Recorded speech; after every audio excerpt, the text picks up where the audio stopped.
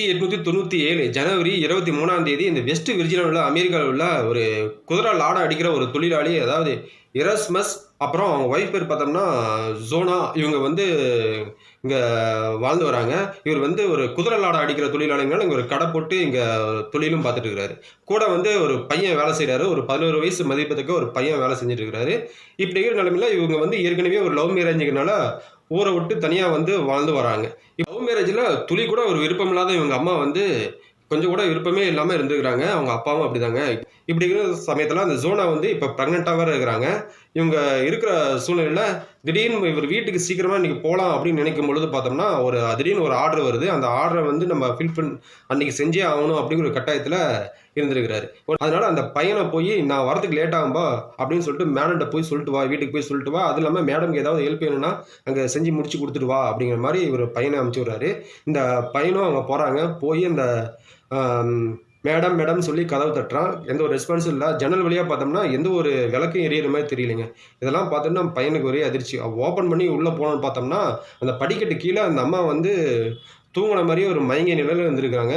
பக்கம் போய் பார்த்துருக்குறான். Madam madam எழுப்பி பார்த்துருக்குறான். ஆனால் எந்திரிக்கிற மாதிரி தெரியலைங்க.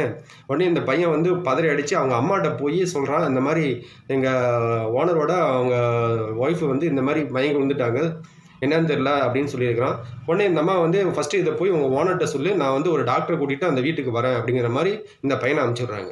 இந்த பையனை ஓடி போய் இந்த ஓனர்கிட்ட சொல்லணுன்னா இவரும் வந்து பதறி அடித்து வந்து பார்த்துருக்குறாரு. பார்த்து ரொம்ப ஒரு எமோஷ்னலாக கதறி கதறி பார்த்து அழுதுருக்கிறாரு. ஜோஸ் என்னை விட்டு போயிட்டியே அப்படின்னு சொல்லிட்டு ஒரு எமோஷ்னலாக கொஞ்சம் அழுதுட்டு இருக்கிற சமயத்தில் இந்த அம்மா வந்து அங்கே இருக்கிற அக்கம் பக்கத்தில் மக்கள்லாம் கூட்டிட்டாங்க. இந்த அம்மா வந்து டாக்டரையும் கூப்பிட்டு வந்துட்டாங்க. டாக்டர் வந்து சரி ரோஸ் கொஞ்சம் நவருங்க, நான் கொஞ்சம் அவங்கள செக் பண்ணுறேன் அப்படிங்கிற மாதிரி சொல்லிக்கிறாங்க. அப்பயும் ஒரு நவரலைங்க. மறுபடியும் வந்து அழுத்தமாக தோளில் கை போட்டு தயவுசெய்து நீங்கள் நவருங்க, நான் அவங்கள செக் பண்ணி பார்க்குறேன் அப்படிங்கிற மாதிரி சொன்னோன்னே அதுக்கப்புறம் நவராரு. இவங்க செக் பண்ணி பார்க்குறாங்க. செக் பண்ணி பார்த்ததில் இவங்க இறந்துட்டாங்க அப்படிங்கிற ஒரு விஷயத்தையும் சொல்கிறாங்க. கேட்டோன்னா இன்னும் ஒரு தேம்பி எழுவுறாருங்க. உடனே வந்து இவங்க இறுதி சடங்குலாம் பண்ணி இவருடைய போய் இவங்களை வந்து அடக்கம் பண்ணுறாங்க. அடக்கம் பண்ண இடத்துல அங்கே சமாதிக்கு போய் சரி இவங்க வந்து இவருக்கு பிடிச்ச விஷயம் எதுவும் பண்ணலன்னு சொல்லிட்டு இவருக்கு பிடிச்ச ஒரு விஷயத்தை வந்து அங்கே போய் நம்ம செய்யணும் அப்படிங்கிறதுக்காக ஒரு கிஃப்ட் எடுத்துகிட்டு போய் அங்கே போய் வைக்கிறாரு அந்த சமாதியில். அதுக்கப்புறம் பொண்ணோட அந்த அம்மா வந்து மேரி ஜோனா வந்து அவங்க என்ன பண்ணிட்டாங்க, இவரை வந்து ஏற்கனவே பிடிக்காது இல்லையா, அதனால் என்ன பண்ணிட்டாங்க, இவரை பார்த்து இன்னும் இப்படி தேம்பி அழுகுறான்னு சொல்லிட்டு இவருக்கு வந்து பிடிக்கவே இல்லைங்க. ஒரு கோவமாக அப்படியே அங்கேருந்து கிளம்புனது எல்லாத்துக்குமே ஒரு அதிர்ச்சியாக இருந்தது. என்ன இவங்க பொண்ணு இறந்துட்டாங்க, இருந்தாலும் அதை கூட பெரிய துக்கம் இல்லாமல் அப்படியே முறைச்சி பார்த்துட்டு அவங்க பாட்டுக்கு மனைவிட்டே போயிட்டே இருக்கிறாங்க அப்படிங்கிற ஒரு சுச்சுவேஷன் அப்படிங்கிற மாதிரி எல்லாம் பேச ஆரம்பிச்சிட்டாங்க. இருந்தாலும் இவங்களுக்கு வந்து நம்ம பொண்ணு சேர்த்ததில் ஒரு சந்தேகம் இருக்குங்க. அவருக்கு இருந்தாலும் மனசு கேட்கல. இது வந்து ஏதோ தப்பு நடந்திருக்கு அப்படிங்கிற ஒரு விஷயம் இவங்க அம்மாவுக்கு மனசில் அப்பப்போ பட்டுட்டு இருக்குங்க. இப்படி இருக்கிற சுச்சுவேஷனில் இவங்க என்ன பண்ணிட்டாங்க, இவங்க வீட்டில் போய் லைட்லாம் ஆஃப் பண்ணிவிட்டு ஒரு மெழுகுவர்த்தி மட்டும் பற்ற வச்சுட்டு ஒரு வேண்டுதலும் வைக்கிறாங்க. எனக்கு வந்து என் பொண்ணு வந்து முன்னாடி வந்து பேசணும் அப்படிங்கிற மாதிரி ஒரு வேண்டுதலும் வைக்கிறாங்க. ஒரு 4 நாள் போகுது. 4 நாளாக எதுவுமே நடக்கல. 4ஆவது நாள் அவங்க பொண்ணு வந்து ஒரு உருவம் வந்து வெள்ளை கலரில் ஒரு உருவம் வந்து முன்னாடி வந்து நிற்குதுங்க. இதை பார்த்தோன்னே அவங்களுக்கு ஒரு அதிர்ச்சி.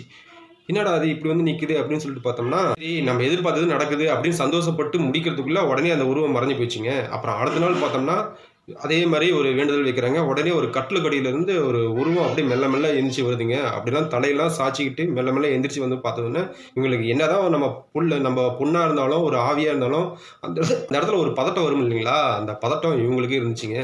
அப்படி பார்த்தோன்னே பயந்து போயிட்டாங்க. அவங்களும் வந்து நான் பாத்தியா என்னை இப்படி சிரிச்சுக்கிட்டே வந்து அந்த பொண்ணு சொல்லுது, பாத்தியா என்னை எப்படி கொன்னுட்டான், கழுத்தை நெரிச்சு என்னை கொன்னுட்டான் பாத்தியா, இவன் ஊருக்கு தான் நல்லவனாக இருந்திருக்கிறான், என்னை கழுத்தை நெரிச்சு கொன்னுட்டான் அப்படிங்கிற விஷயத்த இவங்ககிட்ட சொல்கிறாங்க. இதை கேட்டு மனமுடிஞ்சவங்க வந்து என்ன பண்ணிட்டாங்க, அதுக்கப்புறம் அவங்க தெளிவாயிட்டாங்க. உடனே வந்து அங்கே இருக்கிற ஒரு வக்கீலை பார்த்து போய் பார்க்க போகிறாங்க. இந்த விஷயத்த சொல்கிறாங்க. இந்த மாதிரி என் பொண்ணு வந்து இந்த மாதிரி இறந்துட்டா, சோனா இறந்து இந்த 1 மாதம் கழிச்சு தான் இந்த போய் வக்கீல்கிட்ட போய் பார்க்குறாங்க. இந்த வக்கீல்கிட்ட போய் சொல்கிறாங்க, இந்த மாதிரி வந்து என் பொண்ணு இறந்ததில் எனக்கு டவுட் இருக்குது, என் பொண்ணு வந்து கழுத்து நெரிச்சு தான் கொண்டிருக்கிறான், அவன் தான் கொண்டிருக்கிறான், எரோஸ் தான் கொண்டிருக்கிறான், கண்டிப்பாக இது என்னென்ன ஒரு இது பண்ணணும் அப்படிங்கிறதுக்காக சொல்லியிருக்கிறாங்க. என்னதான் இருந்தாலும் இவர் வந்து வக்கீல் நம்பவே இல்லைங்க. ஊரில் பார்த்தோம்னா இவங்களை வந்து பைத்தியம் மாதிரி அவங்க தானாக பேசிக்கிறாங்க அப்படின்னு சொல்கிறாங்க. இவங்க சொல்கிறத எப்படி நம்புறது அப்படிங்கிற ஒரு முடிவில் இவரும் வந்து அசால்ட்டாக இருந்துக்கிறாரு. திடீர்னு ஏன் அவங்க சொன்னது ஒரு உண்மையாக இருக்கக்கூடாது அப்படின்னு ஒரு முடிவு பண்ணி அப்புறம் டாக்டரை போய் பார்க்குறாரு இந்த வக்கீல். அவங்க டாக்டர் போயிட்டு இது மாதிரி மேட்டர் சொல்கிறாங்க.